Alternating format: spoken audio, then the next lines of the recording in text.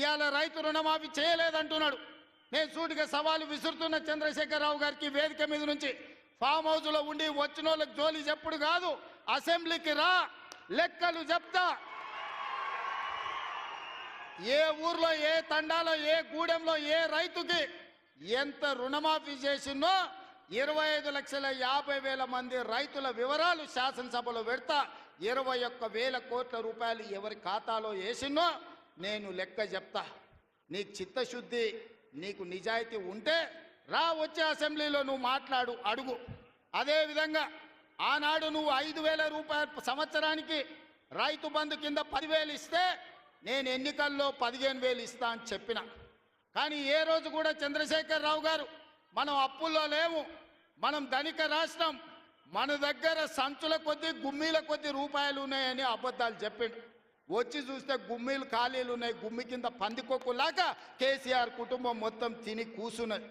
అయినా అధైర్యపడకుండా 15,000 బదులు ఆనాడు నువ్వు ఇచ్చిన 10,000 ఎగ్గొట్టిన 10,000 కాకుండా ఇవాళ 12,000 రూపాయల సంవత్సరానికి రైతులకు ఇవ్వాలని రైతు భరోసా కార్యక్రమాన్ని జనవరి 26 తారీఖు నాడు ప్రారంభించుకున్నాం. మార్చి 31 లోపల ప్రతి ఎకరాకు వ్యవసాయ యోగ్యమైన భూమికి ఎకరాకు 6,000 చొప్పున మీ ఖాతాలో వేసే పూచి నాది అని నేను ఈ వేదిక మీద నుంచి చెప్పదలుచుకున్నా. ఆయన అంటుండు ఎగ్గొడతారని. నేను నీలాక మాట చెప్పి ఎగ్గొట్టేటోని కాదు.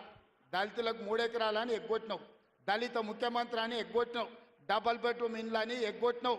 ఇట్లా చెప్పుకుంటూ వెళ్తే 100 మాటలు ఇచ్చి ఎగ్గొట్టిన చరిత్ర నీది, పంగనామాలు పెట్టిన చరిత్ర నీది. చంద్రశేఖరరావు 10 ఏళ్ళు పరిపాలన చేసి ప్రజల దగ్గరకు పోతే డిసెంబర్లో అధికారం కోల్పోయినావు, జూన్లో డిపాజిట్లు కోల్పోయినావు పార్లమెంట్లో.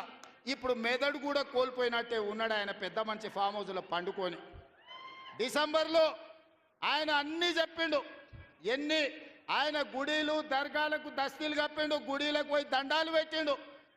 పెట్టిన తెలంగాణ ప్రజలు 10 ఏళ్ళు పెట్టిన ఆయన అరగోసకు ఇవాళ ఆయన గుణపాఠం చెప్పి ప్రభుత్వాన్ని దించిండ్రు. అట్లే అబద్ధాలు చెప్తే పార్లమెంట్లో గుండు 0 ఇచ్చిండ్రు, ఆయన గాడిద గుడ్డి ఇచ్చిండ్రు. అయినా బుద్ధి మారలే. 14 నెలల నుంచి అంట ఆయన ఫామ్ హౌస్లో వండుకొని గంభీరంగా చూస్తుండంటే. ఎవరిని చూస్తున్నావే గంభీరంగా? అచ్చోసిన ఆంబోతులాక నీ కొడుకుని అల్లుని ఊరు మీద వదిలినావు. మైసమ్మ మన ఏంది జాంగిర్పీర్ల దర్గాకు వదిలిన మేకపోతులాక ఊరు మీద పడి మేస్తా ఉన్నారు నీ కొడుకు నీ అల్లుడు. మన జాంగిర్పీర్ల దర్గా కోసుకుంటాం కదా మనం, అట్లా జాంగిర్పీర్ల దర్గాను కూడా మోసం చేసిన 100 కోట్లు ఇస్తాను మా శంకర్ చెప్తున్నాడు. ఇవాళ రాజన్న సిరిసిల్ల ఆలయానికి 100 కోట్లు ఇస్తాను, ఆ దేవుణ్ణి మోసం చేసినావు. ఈడ దర్గాను మోసం చేసినావు.